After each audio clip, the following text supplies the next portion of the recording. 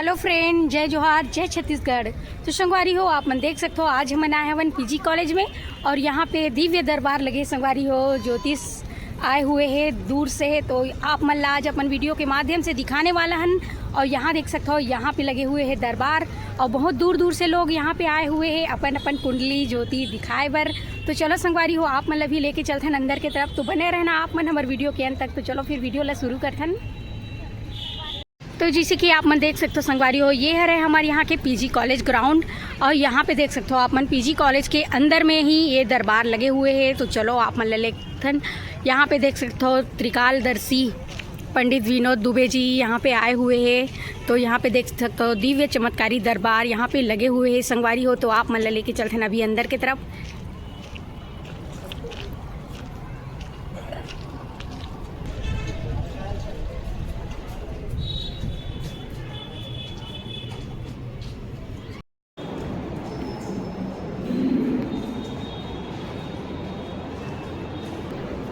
तो यहाँ पे देख सकते हो संगवारी हो, सुबह 11 बजे से लेके रात में 10 बजे तक ये दिव्य दरबार लगे रहते। अभी थोड़ा देर के लिए ब्रेक है संगवारी हो, ओखर बाद फिर से शुरू होने वाला है। तो हम आ चुके हैं और आप मन भी दिखाबो। तो यहाँ पे देख सकते हो अभी भक्तजन सामने में देख सकते हो बहुत भीड़ है, भारी मात्रा में बैठे हुए और बहुत दूर दूर से लोग यहाँ पे आए हुए हैं।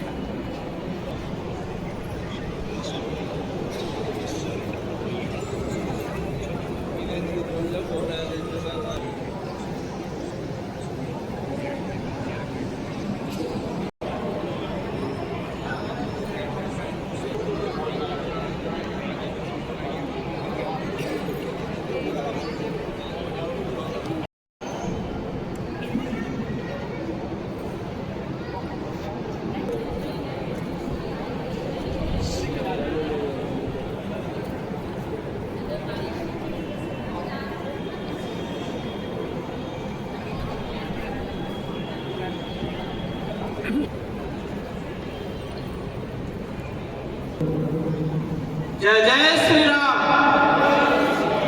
अच्छे से दोनों हाथ ऊपर करके भाई, हर हर महादेव।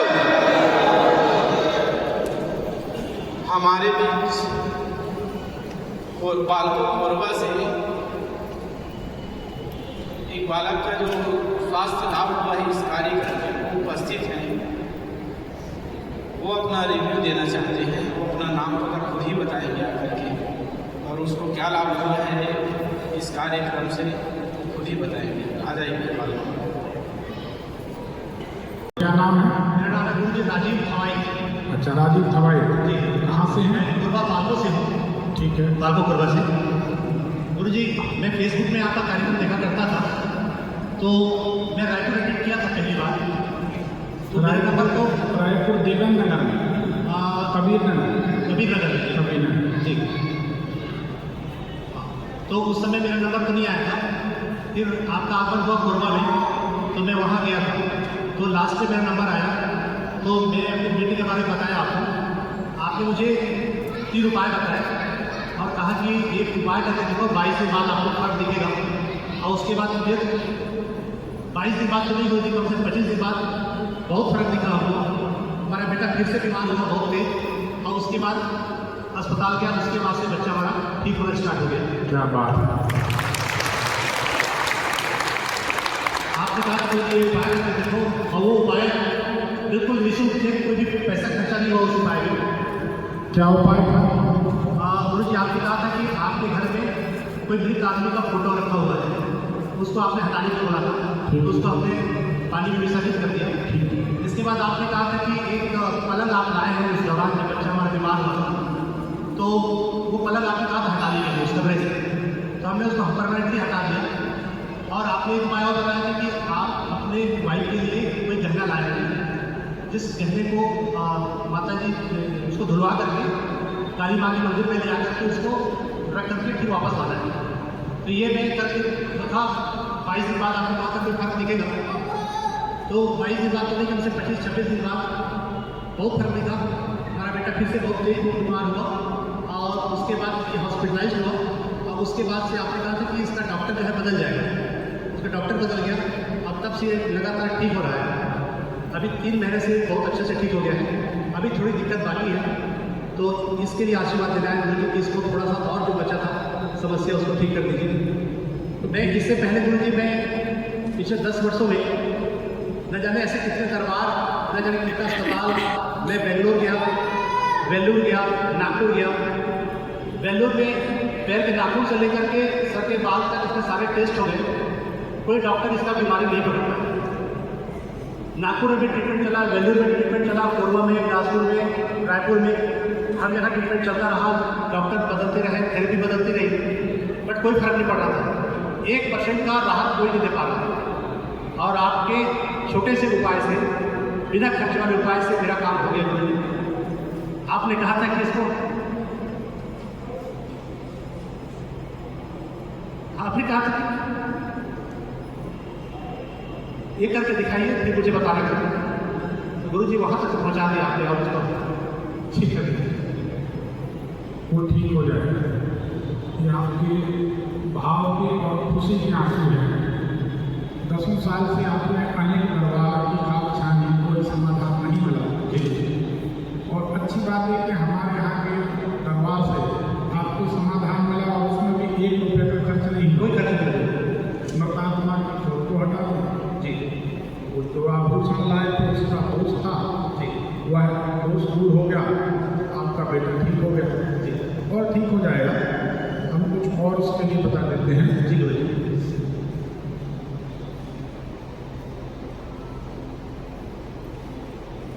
देखिए, सही बात यह है, आज हम एक रहस्य आपके सामने खोलते हैं। इस मनुष्य योनि में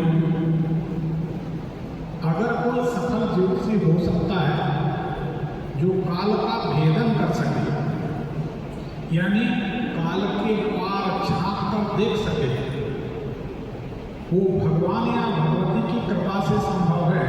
मनुष्य की सामर्थ्य तो दीवार के उस पार झांकने की है ही नहीं।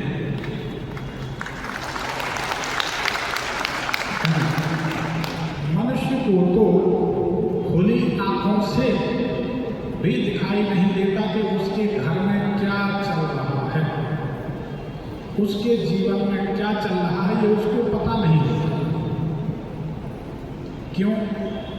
भूकंप आने के पहले पशुओं को पता चल जाता है, पक्षियों को पता चल जाता है, गाय, घोड़ा, घोड़ी, बैल, भैंस ये बेचैन होने लगते हैं। बरसात होने के पहले चींटियां अपने अंडे लेकर निकल जाती हैं और वाह रे मनुष्य, तुम्हारे पास भगवान का गुणगान करने की क्षमता है और तुमको ये पता नहीं होता कि तुम्हारे घर में कल क्या होने वाला है। तो कमी हमारी है, भगवान की नहीं। हमें भगवान को इतना भजना चाहिए कि हम दूसरे का दुख भी दूर कर सकें।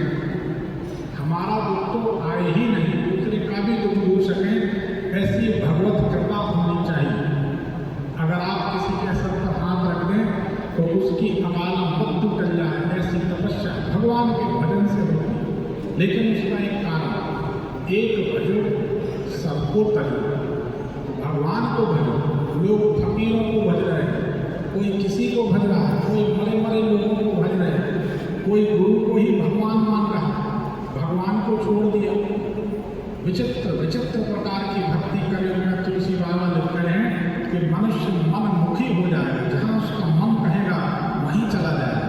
और जब ये बताओ, जब तुम मन के हो जाओगे तो तुम्हारे दुख कौन भोगेगा? तुम ही भोगोगे, भगवान दुख क्यों दूर करेंगे?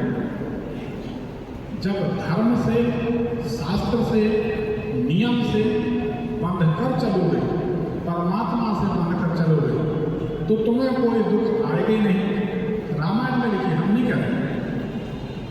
दैहिक यानी शरीर, दैविक यानी देवताओं, दैहिक दैविक, भौतिक यानी सांसारिक, ताप यानी कष्ट, दैहिक दैविक भौतिक तापा राम राज का हो नहीं आता। भगवान रघुनाथ जी के राज्य में किसी को दैहिक दैविक भौतिक ताप नहीं होता। पहले पशु पक्षी भी बोलने की ताकत रखते थे, मनुष्य पशु पक्षियों की भाषा समझ लेते थे। रामकृष्ण परमहंस एक दिव्य संत हुए काली माता के भक्त, वो मनुष्य की वाणी, पशु पक्षी की वाणी, जीव जंतु की वाणी समझ लेते हैं। जब मनुष्य का मन निर्मल हो जाता है तो भगवान पीछे पीछे घूमते। कबीरदास ने कहा, कबीरा मन निर्मल भयो ज्यों गंगा का नीर, पीछे पीछे हरि फिरे जगत कबीर कबीर। अरे कबीर सुनो तो, कबीर सुनो तो, भगवान पीछे घूमते। निर्मल मन, कुछ और करने की जरूरत नहीं।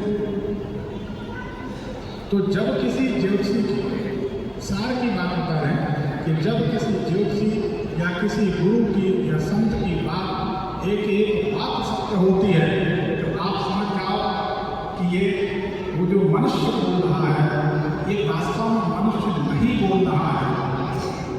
करते हैं भोले बाबा मेरा नाम होता है। करने वाले तो वास्तव में भगवान है, मनुष्य की कोई ताकत नहीं। मनुष्य की तपस्या इतनी तगड़ी होनी चाहिए कि जो बोल दिया जाए वही घट जाए, जो बोल दिया जाए वही घटित हो जाए। हमको बोलने में डर लगता है, बोलने में डर मतलब अगर हमको बच्चों को कभी क्रोध आ जाता है, मतलब किसी बात को गुस्सा आ जाती है, कोशिश तो करते हैं कि गुस्सा ना आए। वो स्कूल कॉलेज से लौट नहीं पाते, कहीं ना कहीं चोट लग जाए। बाद में हमको पश्चाताप होता कि हम जो है क्रोध नहीं आ रहा था और ऐसा व्यवहार नहीं हुआ। हजार अनुभव आज क्योंकि सदैव भगवान का स्मरण चलता है। भगवान में रहे तो हम तो मानते हैं भगवान को जो दूर करना है तो आपका दूर हो गया। अब आप एक काम करें, जैसे हम अपने ऐसे कुसा का मुक्का बना है, पीछे हल्ला ना करें, बच्चे शांत हो जाए, बच्चों को घर भेज दो, इनका कोई काम नहीं, इनका खेलने का काम है, इनकी कुंडली से कोई मतलब नहीं। ऐसा एक डमरू जैसा कुसा जो होता है, कुछ जो हाथ में पहनते थे, वो बहू भी सारा कर रही हाथ में पहनते थे, कभी पहनी हो क्या? माइक को आपने पहना है? माइक को कौन पंडित जी ने पहना है? हमारे पास बच्चे के नाम से बहुत सारा पूजा करवाए हैं, तो कई लोग पूजा में पढ़े। कभी भी औरतों को हमारी एक बात प्रमाणित होती है, किसी भी ब्राह्मण से आप चैलेंज कर लो, कोई डर नहीं। हम तो भगवान से डरते हैं, आदमी से क्या डरना? आदमी तो सब संसारी है। कभी भी किसी भी महिला को कुसा के जो कुश होता है, जिससे जैसे फंसा के तर्पण करते हैं, पानी देते हैं, किसी भी महिला को कभी भी हाथ में कुसा नहीं पहनना चाहिए। कभी भी किसी भी महिला को कुसा के आसन पर नहीं बैठना चाहिए। ये बात कितने लोग जानते हैं? जब हाथ उठाएं कितने लोगों को पता नहीं। अब आपसे एक सवाल करते हैं, ये बात आपको पता क्यों नहीं है? क्यों? क्योंकि जो बताने वाले हैं उनको खुद पता नहीं, तो वो आपको क्या खाक बताएंगे? वो तो आए लंबे लंबे श्लोक छोड़े, लंबी लंबी जटाएं बिखेरी और अपना बैठे, जो मिला दान रक्षा दिए, रक्षा सूत्र बनाए, पैसा कमाए, चल दिए। ऐसा नहीं। कभी भी व्यास व्यक्ति पर बैठो तो उसका सम्मान करो, उचित मार्गदर्शन दो, कोई माने चाहे ना माने। तो कभी भी जो कुसा है, कुसा को विष्णु भगवान का रोम कहा जाता है। रोम यानी बात। और कुसा के ऊपर कभी भी कोई भी महिला कुसा के आसन पर बैठकर पूजन नहीं कर सकती, ना करना चाहिए। ये हम नियम की बात कर रहे हैं। मनमर्जी के पंडित बहुत हैं, मनमर्जी के अभिमान बहुत हैं, और जरूरत में लोग कुछ भी कराते हैं। तो कुसा महिला को कभी भी ध्यान रखें, कभी भी महिला को कुसा हाथ में नहीं पहनना चाहिए, और कुसा के आसन पर महिला को नहीं बैठना चाहिए। ये आगे से ध्यान रखिए। हमसे जुड़े हैं, हमसे जुड़ के कुछ तो सीख लो। हमारी गारंटी है, हमारे कम से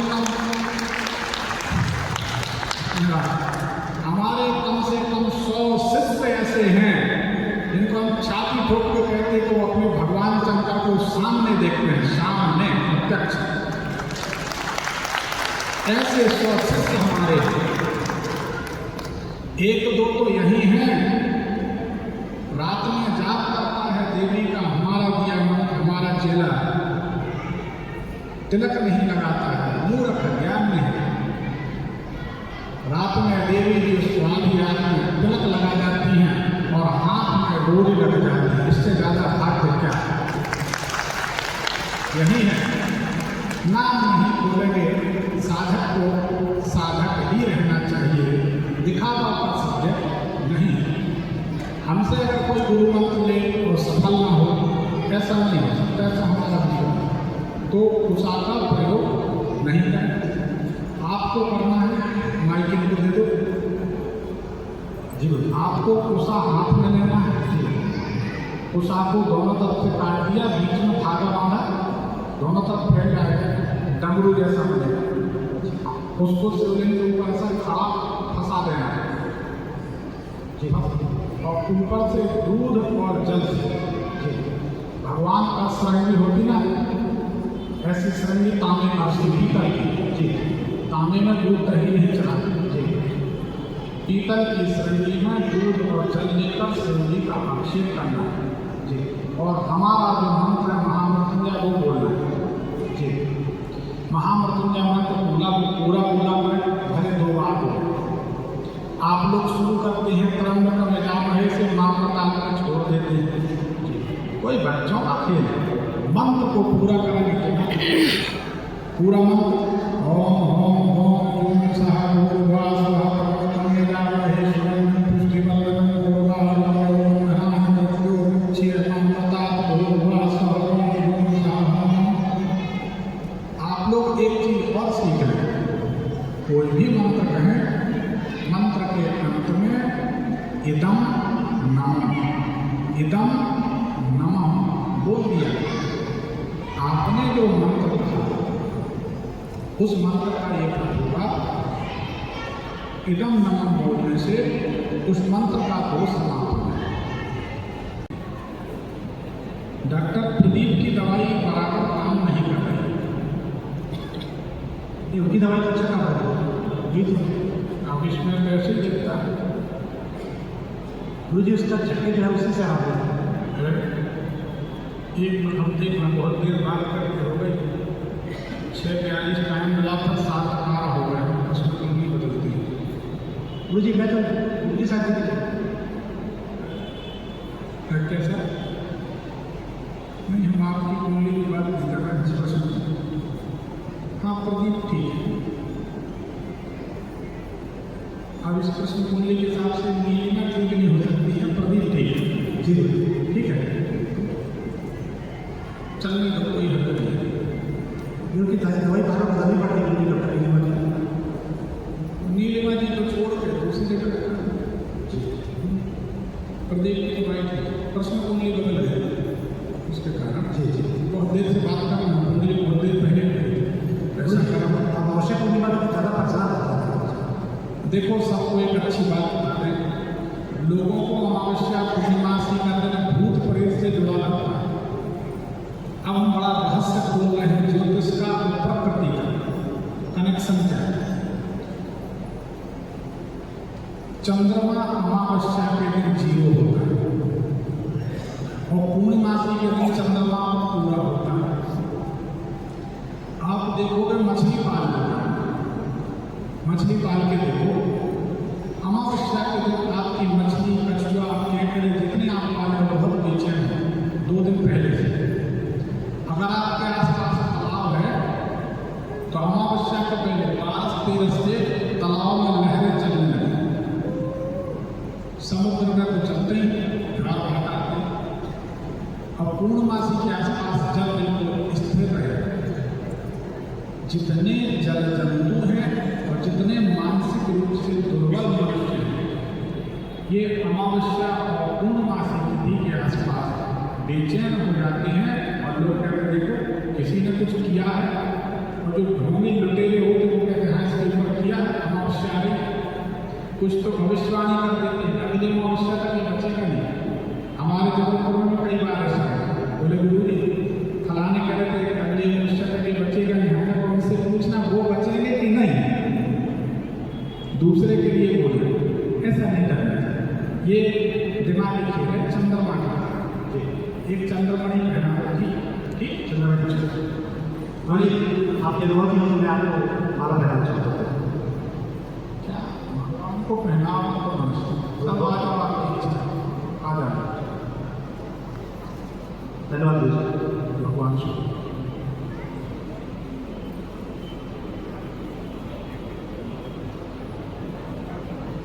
अरे राज भाई